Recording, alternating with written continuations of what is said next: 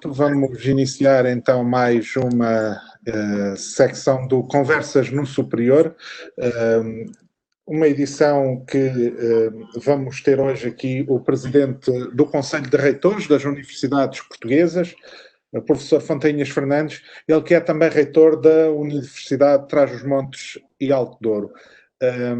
Agradeço a sua presença aqui nesta edição em direto e que ficará também disponível no portal da Ensino Magazine em www.ensino.eu e ainda no Instagram também da nossa publicação. Professor, vivemos um tempo de pandemia que nos obrigou as instituições de ensino superior a uma adaptação rápida para dar resposta a esta nova situação. Agora pede-se que gradualmente as instituições de ensino superior voltem a ter atividades presenciais. Enquanto presidente do CRUP, como é que analisa este regresso e de que forma é que ele pode ser concretizado? Portanto, em primeiro lugar agradeço o convite e reitero a disponibilidade para colaborar com o vosso grupo e para mim é uma honra estar aqui a tentar esclarecer o mais possível aqueles que nos assistem neste momento. Como sabem, no dia 17 de Abril e agora no dia 30, reforçou o Governo sobre a necessidade das instituições de ensino superior, sejam universidades, sejam politécnicos, apresentarem um plano de retoma faseada e gradual à atividade, desde que estejam asseguradas as devidas condições. E nesse sentido as instituições estão a apresentar planos e depois a necessidade de os operacionalizar. Este regresso à normalidade tem algumas vertentes. Do ponto de vista da atividade não letiva, desde logo a abertura dos serviços, com atendimento presencial, as unidades de investigação, uma vez que existem compromissos com alguns relativas a alguns projetos europeus e projetos financiados pela FCT que importa dar andamento e, portanto, os investigadores solicitam esse regresso à normalidade e também determinadas unidades que prestam serviços ao exterior, que ao fim e ao cabo são fontes de rendimento, de receita para as instituições. Do ponto de vista do ensino, que é o foco da instituição, está a ser feito um diagnóstico de quais são as unidades curriculares em que se exige já ainda este ano letivo o ensino presencial. Cada instituição terá que fazer a avaliação da sua situação, mas nas recomendações do Governo eu chamava a atenção para a questão do ensino clínico, dos estágios e particular cuidado e atenção para os jovens que estão a terminar as suas formações e alguns contextos de natureza laboratorial. Este diagnóstico está feito, as instituições estão a reunir os equipamentos necessários à garantia da comunidade académica e, portanto, cabe a cada instituição, ao abrir da sua autonomia, tomar as decisões e operacionalizar quais são as unidades curriculares que irão funcionar presencialmente, sendo que, em alguns casos, dado o adiantamento em que está neste momento o ensino à distância, vão requerer apenas a avaliação presencial. Portanto, estas são questões que nós iremos analisar. Corre-se o risco de haver formações que fiquem incompletas devido à impossibilidade de se realizarem essas componentes práticas, por exemplo, como os estágios ou as atividades de laboratório, ou também aqui há a possibilidade de se recorrer, por exemplo, a outros meios como estágios simulados? Bom, em primeiro lugar, essa responsabilidade cabe aos docentes, não é? Portanto, os docentes são eles que são os docentes que preenchem as fichas de unidades curriculares, onde deve constar toda essa informação, nomeadamente o método de avaliação. No caso dos estágios, existem diferentes realidades. Há alguns difíceis de retomar, nomeadamente aqueles que sejam, por exemplo, no ensino clínico em contexto hospitalar, uma vez que ainda estamos numa fase com dificuldades do ponto de vista dos centros hospitalares. Há áreas onde pensaram cenários alternativos e há outras ainda que é o caso dos estágios em contexto empresarial, que estamos dependentes do regresso à normalidade das empresas. Portanto, mas esta deve ser uma prioridade. Do ponto de vista das instituições, qual foi a preocupação? Criar mecanismos que permitam que os estudantes não paguem mais uma propina, que não haja qualquer agravamento na carga, na despesa do estudante. Portanto, isto do ponto de vista abrigo da autonomia, aquilo que é quais são as nossas competências, tentar encontrar soluções de forma a não existir o agravamento da penalização por parte dos estudantes nesse sentido. É evidente que terá que ser o estudante a encontrar com o próprio orientador, no caso dos estágios, a melhor solução para dar resposta ao seu caso específico, não há aqui um método impositivo. E parece-me, se me permite, que as instituições de ensino superior têm três grandes desafios. Um é a questão da globalização, e nota-se que cada vez mais o conhecimento é global, as crises são globais e não podem ser resolvidas individualmente, quer pelas instituições, quer pelos países. Tem que existir soluções globais. Esta crise da Covid comprova efetivamente isso. E, por outro lado, tem a ver se as instituições têm um sistema horizontal ou vertical, ou seja, se são fechadas ou abertas. As instituições abertas que estejam abertas do ponto de vista interno, mas também ao exterior, têm mais capacidade de resolver qualquer que seja o desafio societal. Hoje estamos a viver uma pandemia, até há uns tempos falávamos na questão das alterações climáticas, mas seguramente no futuro os desafios das universidades vai ser dar resposta às novas questões societais. Mas a terceira grande questão, e era aquela nota que eu gostaria de deixar, é que as soluções não podem ser encontradas apenas pelas chefias, nem é o Ministério que pode determinar tudo, nem são os reitores, tem que existir o envolvimento da comunidade académica e tem que ser os próprios estudantes a encontrar as soluções com os docentes mais adequados para o seu contexto, não só onde se localizam geograficamente, mas também ao teor da disciplina, da unidade curricular. E, portanto, num cenário de grande improbabilidade, em que a certeza é algo que não existe, aqui o bom senso dita que as pessoas devem ser envolvidas nas decisões. E cada vez isso acontece mais na nossa vida pública. Como sabe, agora aparecem os orçamentos participativos, não só a nível nacional, mas das autarquias, de outro nível de governação. E, portanto, parece-me que nesta decisão envolver toda a comunidade académica dentro do seu núcleo, da sua célula, é fundamental. Isso está a acontecer, professor? Nós aqui no OTAD temos usado assim como a nível nacional se usa o slogan é necessário testar, testar, testar, nós aqui é envolver, envolver, envolver. Ou seja, é preciso que os estudantes se envolvam com as direções de curso, é preciso que as direções de curso se envolvam com as suas escolas ou faculdades e que o reitor operacionalize tudo aquilo que sejam as melhores soluções para a academia. Não é? É evidente que há regras, num plano de retoma, há regras básicas de comportamento social, quer o distanciamento, seja, por exemplo, o funcionamento num corredor ou num espaço no campus, não é? Portanto, nós temos que respeitar, não vamos todos pela esquerda ou pela direita de forma avulsa, não, temos que ter aqui mudanças comportamentais. Nos corredores, a mesma coisa, os próprios edifícios poderão ter um espaço para onde se entra e um local para onde se sai. A utilização dos equipamentos tem que ter uma gestão cuidadosa por todos, ou seja, não pode existir recurso a equipamentos a toda a hora. Nós temos que saber gerir bem os nossos recursos e temos que, é evidente, outros tipos de situações, como reforçar o sistema de limpeza dos espaços letivos, existir intervalos entre os horários letivos para o devido arejamento, provavelmente algumas aulas terão que ser diminuídas no tempo, porque espaços fechados, mesmo tendo menor alunos, exigem arejamento, e portanto há aqui todo um comportamento que não há solução, não há, ninguém consiga resolver se nós não mudarmos todos o comportamento.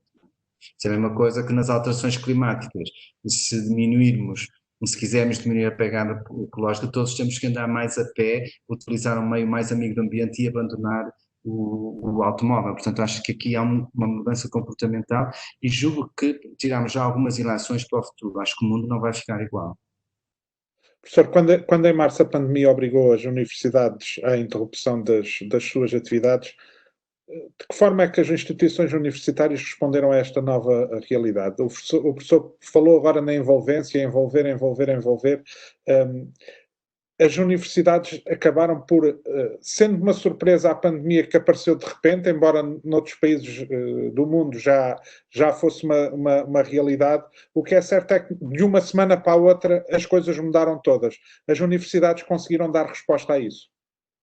Eu permito-me aqui fazer um enquadramento. O Conselho de Reitores lançou uma agenda para o ensino superior no início do ano passado, em janeiro, em que fez 3 sessões que foram públicas e depois houve uma interrupção devido ao calendário eleitoral. No segundo ciclo dessa agenda, curiosamente havia uma sessão dedicada a preparar a universidade para os desafios do século XXI. E lá nós falávamos claramente como é que vão ser as salas de aulas do futuro, como é que vão ser as infraestruturas científicas e tecnológicas do futuro, como é que vão ser pensados os campos, ou seja, o campus não pode ser pensado como um local, como, tem que ser um ecossistema digital e pensado à luz das cidades inteligentes e não só no ambiente, pensar os modelos de ensino à distância e isso, os modelos, como é que nós poderíamos mudar também a própria formatação dos cursos e a mudança dos espaços.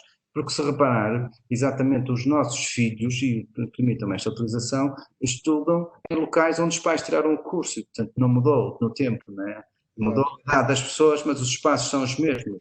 E é evidente que quando a opinião pública diz é um suicídio o regresso às aulas, é evidente que será um suicídio, que será mau se nós retomarmos as aulas teóricas em anfiteatros com 100 pessoas, não é? Não há etiqueta social, não há comportamento que resista. É evidente que o mundo mudou. E isto vai exigir, mas também devo dizer que dar bons exemplos, eu acho que a universidade, de uma forma geral, deu uma boa resposta à pandemia. Não parou, as universidades não fecharam, funcionaram, só que de uma forma à distância. Agora está a dizer, é evidente que qualquer estudante pode dar um exemplo de algo que funciona mal, mas quando eu faço uma avaliação positiva, eu faço no global, o que não invalida que um docente que não seja empenhado ou que não tenha um bom desempenho antes da pandemia, que passe a ser depois da pandemia, não tem a ver. Uns estão com mais competências do que outros, é evidente.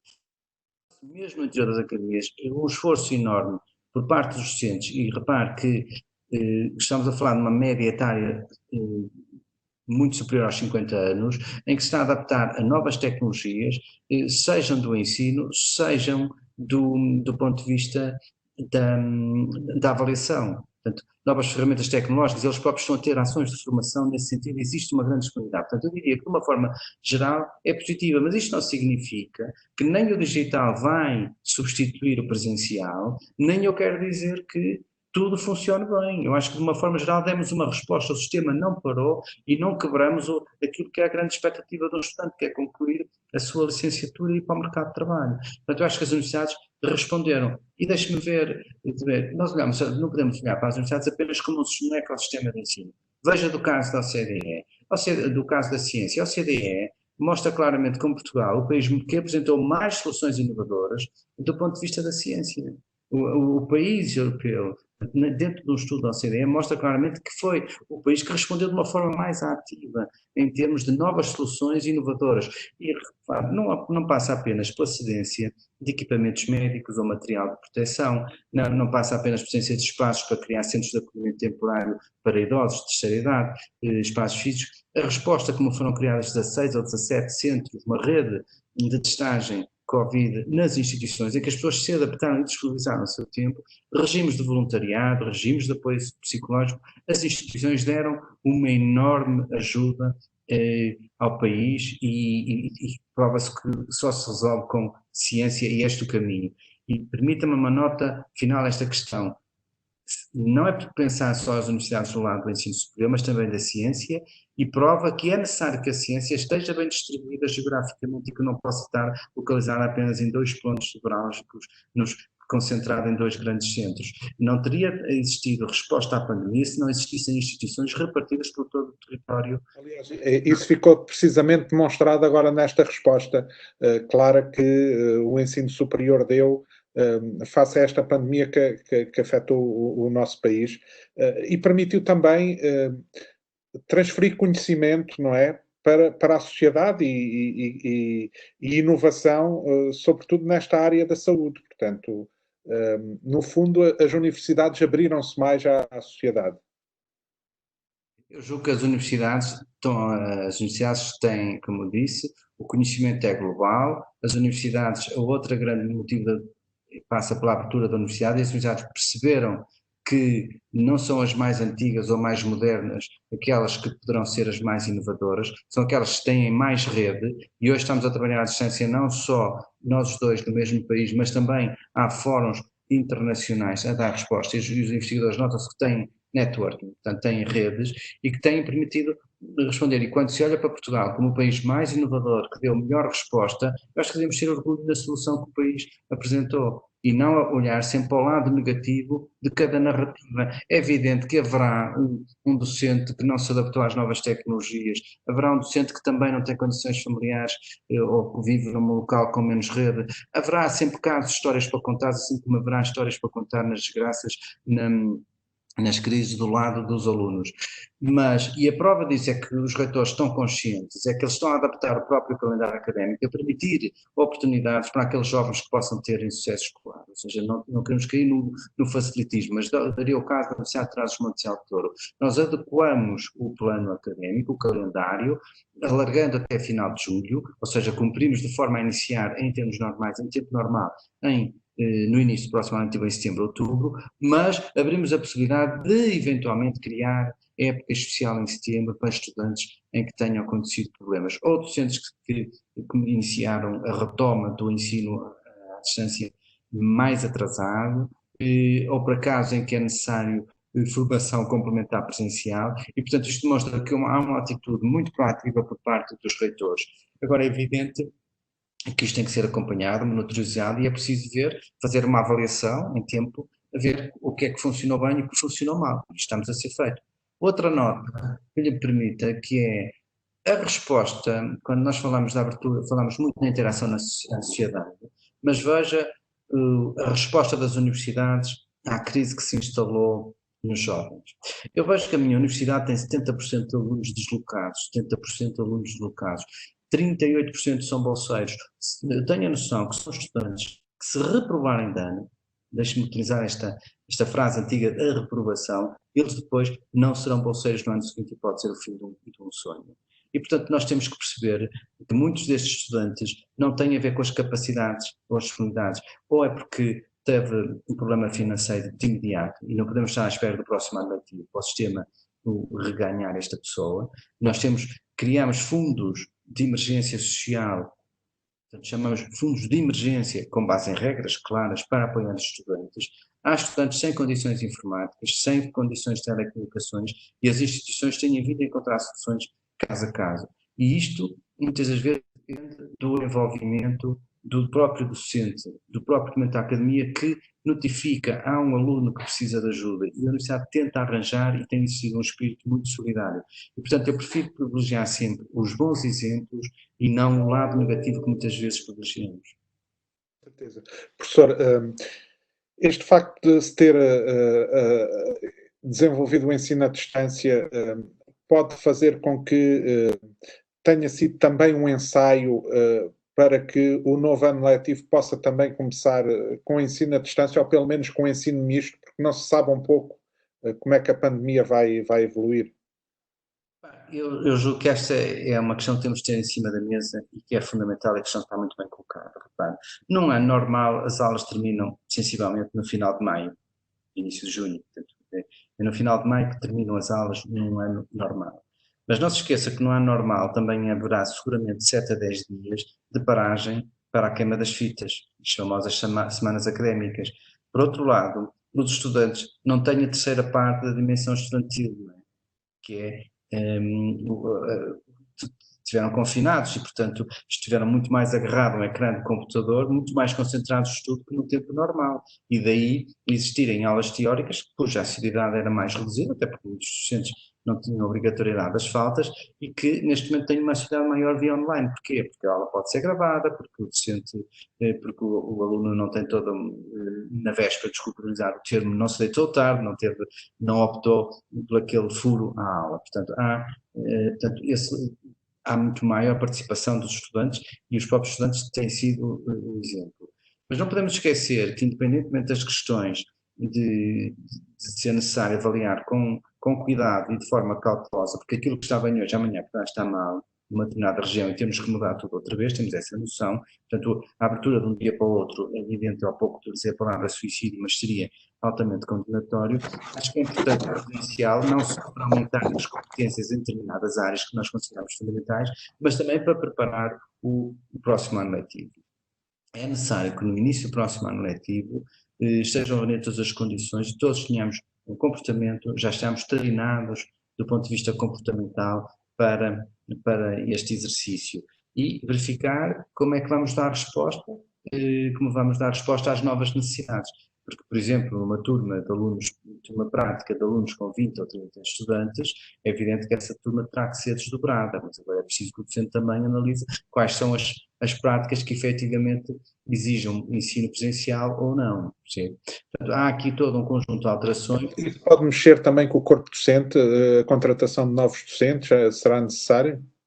É evidente que o ideal, o desejável seria isso, mas nós temos de ter noção que há um contexto económico que ainda falta por repensar. Nós neste momento não podemos fazer uma avaliação qual será o aumento da despesa, e nem temos ainda a noção da diminuição da receita. E nós estamos muito centrados na questão da receita do lado das propinas, e eu acho que nós devemos aqui ser realistas, é que a receita, primeiro, há uma enorme quebra da receita do ponto de vista da ação social. Nós temos aqui, quem tiver bares de restauração que não estejam concessionados, somos nós, a instituição, que temos todo aquele corpo de funcionários que estão contratados. Portanto, há uma diminuição da receita da ação social. Por outro lado, na questão dos projetos, atrasou-se. E, portanto, o recebimento de fundos, sejam europeus, sejam os diferentes programas operacionais que estão desenhados, há um atraso e tem existido essa consciência por lado do governo. Mas também haverá diminuição da receita porque há uma diminuição de certeza que se a atividade económica diminuir, haverá menos empresas a recorrer às universidades para a prestação de serviços. E, portanto, a nossa capacidade de receita deverá diminuir, mas neste momento não há ainda números reais. Nós ainda não estamos, do ponto de vista económico, em condições de avaliar a situação. E, portanto, mas todos temos a noção que os indicadores que estão a ser apresentados a nível internacional, seja pelo FMI ou outras agências da área da economia, das finanças, e que vão para um clima que não será propriamente, não iremos beneficiar de reforços orçamentais nesse sentido. Portanto, temos que encontrar as melhores soluções. Mas, desde logo, também lhes devo dizer que também temos que olhar para algumas práticas, que é preciso repensar a formação, iniciar um debate interno nas academias, como é que vamos alterar o próprio formato dos cursos. Existe algum formato convencional que se possa, de certa forma, abrir, usando, ver até que ponto o online se pode também, em determinadas áreas, conciliar com o presencial, mas também há determinadas práticas que não faz sentido no futuro voltar ao antes Covid. E dou o exemplo, os júris. A prestação pública de provas, seja de doutoramento, seja de um estágio, de um mestrado, não faz sentido andarem, por exemplo, no doutoramento ou numas provas de agregação, não sei quantos docentes de não sei quantas instituições durante um dia de um lado para o outro, não só pela pegada ecológica, mas que é muito mais rápido a encontrar uma data. Não é? Por outro lado, os próprios júris que existem, sejam de júris internos e mesmo júris internacionais da admissão de docentes ou da promoção, na valorização da promoção da carreira. Portanto, penso que o online tem funcionado e via streaming qualquer pessoa, portanto, a prova é pública. Portanto, esta legislação que foi adaptada pelo Governo ao ecossistema, este ambiente Covid, acho que depois, do ponto de vista legislativo, essa arquitetura teria que ser revisitada e a própria forma permite-me que, do ponto de vista da formatação dos cursos, a própria agência de acreditação e de avaliação, a 3ES, vai ter que repensar e ajudar-nos também, vai ter que ser um envolvimento a repensar um novo formato para os cursos no futuro. É preciso pensar as instituições para os novos desafios da Universidade para o século XXI. Professor, vem uma nova fase de candidatura para o ensino superior, há novas regras na atribuição da nota de candidatura. Qual é que é a perspectiva do grupo face a este ano, a estas candidaturas para este ano? Acha que a pandemia pode levar a que haja menos estudantes a candidatar-se ou não terá influência? Tratam-se de duas questões. Primeiro, qual é a posição do grupo? A posição do grupo é de dar resposta e apoiar o governo, qualquer que seja a melhor solução encontrada para a admissão dos estudantes às universidades. Portanto, percebemos que o ano é atípico e que nós temos que colaborar com o sistema e estamos disponíveis para o fazer. Do ponto de vista do número de candidatos. É evidente que seria mau para o país se perdêssemos esta trajetória de crescimento da qualificação dos portugueses, que num ano normal, com a nova disposição de alargar a entrada aos alunos provenientes da via profissionalizante, seria fundamental. Temos a noção que para isso também seria necessário reforçar as verbas da ação social e espero que no contexto pós-Covid possa existir esse montante para apoiar esses jovens. Vai ser diferente, vai ser difícil.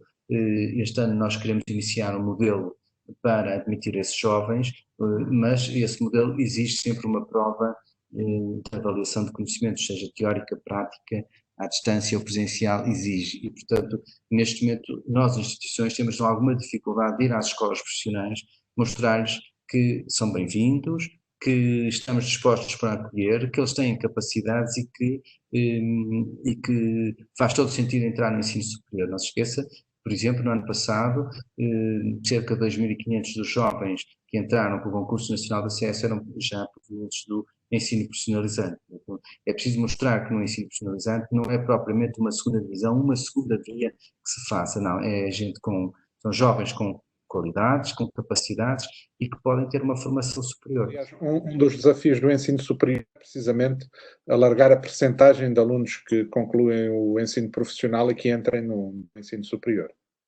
Estava claramente assente no contrato que celebramos com o Governo, que era aumentar o número de jovens no ensino superior. A rede que está instalada é capaz de admitir mais jovens, então nós percebemos que quanto mais qualificada é a população, melhor preparada está para responder aos desafios societais e até do ponto de vista económico para a penetração do mercado de trabalho. Portanto, os próprios estudos mostram, e vocês já publicaram muitos trabalhos sobre esta matéria, que um jovem que tenha uma formação superior tenha uma melhor capacidade de entrar no mercado de trabalho do que aquele com menores qualificações. E por isso faz sentido esta aposta do país no aumento da qualificação da população portuguesa. Professor, uma última questão, e qual era a mensagem que queria deixar a esses jovens que agora terminam o secundário ou o ensino profissional? Eu dizer que as instituições estão preparadas para o receber, esperamos que não seja a Covid, este cenário, o motivo do abandono, seja por motivos financeiros, seja por outros motivos de psicológica. Acho que devem continuar ele e as suas famílias a perceber que o ensino superior em Portugal é de qualidade. E a prova disso é que qualquer licenciado, qualquer diplomado por uma instituição portuguesa é bem recebido em qualquer país do mundo e é um bom profissional. Por isso temos de seguir este caminho, traçar, encontrar os meios, os apoios para poder dar resposta àquilo que é o sonho de um jovem. Também àqueles que estão no sistema, tentar pedir a maior compreensão para eventuais situações que possam não estar a correr da melhor forma, mas que eles devem comunicar superiormente, de forma a nós podermos atuar em conformidade naqueles casos que eu considero exceções. Continuo a dizer que, de uma forma geral, o sistema reagiu bem, a comunidade académica foi solidária, uniu-se, mas há casos que poderão não estar a ter a melhor resposta e que é importante corrigir essa trajetória. Professor, muito obrigado. Foi mais uma edição de Conversas no Superior, hoje com o professor António Fontainhas Fernandes, ele que é o presidente do Conselho de Reitores das Universidades Portuguesas e também o reitor da Universidade de Trás-os-Montes e Alto Douro. Um forte abraço, professor, e mais uma vez obrigado pela sua disponibilidade. Obrigado, um grande abraço.